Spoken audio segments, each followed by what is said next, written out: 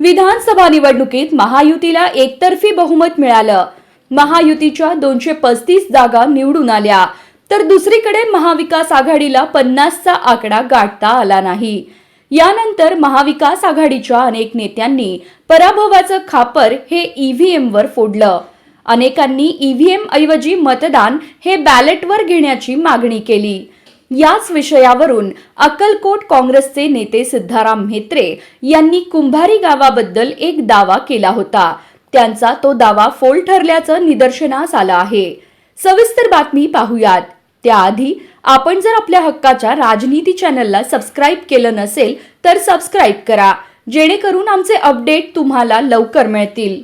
सिद्धाराम म्हेत्रे यांनी माध्यमांशी बोलताना कुंभारी या गावात काँग्रेसला एका बूथवर फक्त एक मत मिळाल्याचं म्हटलं होतं।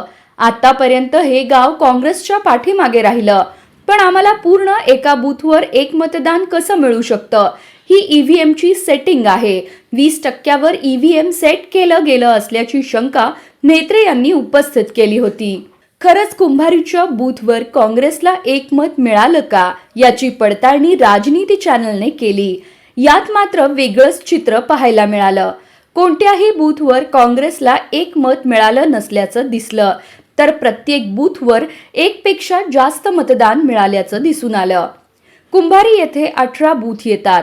या 18 बूथमध्ये म्हेत्रे यांना सर्वात कमी मतदान हे बूथ नंबर 54A या बूथवर झालं आहे।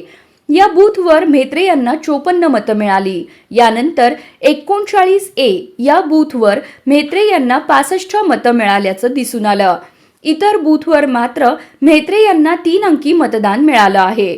यावरून म्हेत्रे यांनी आम्हाला एका बूथवर फक्त एक मतदान मिळालं असा जो दावा केला होता, तो दावा फोल ठरला असल्याचं स्पष्ट होतं। तुम्हाला याबाबत काय वाटतं? आम्हाला कमेंटच्या माध्यमातून नक्की कळवा।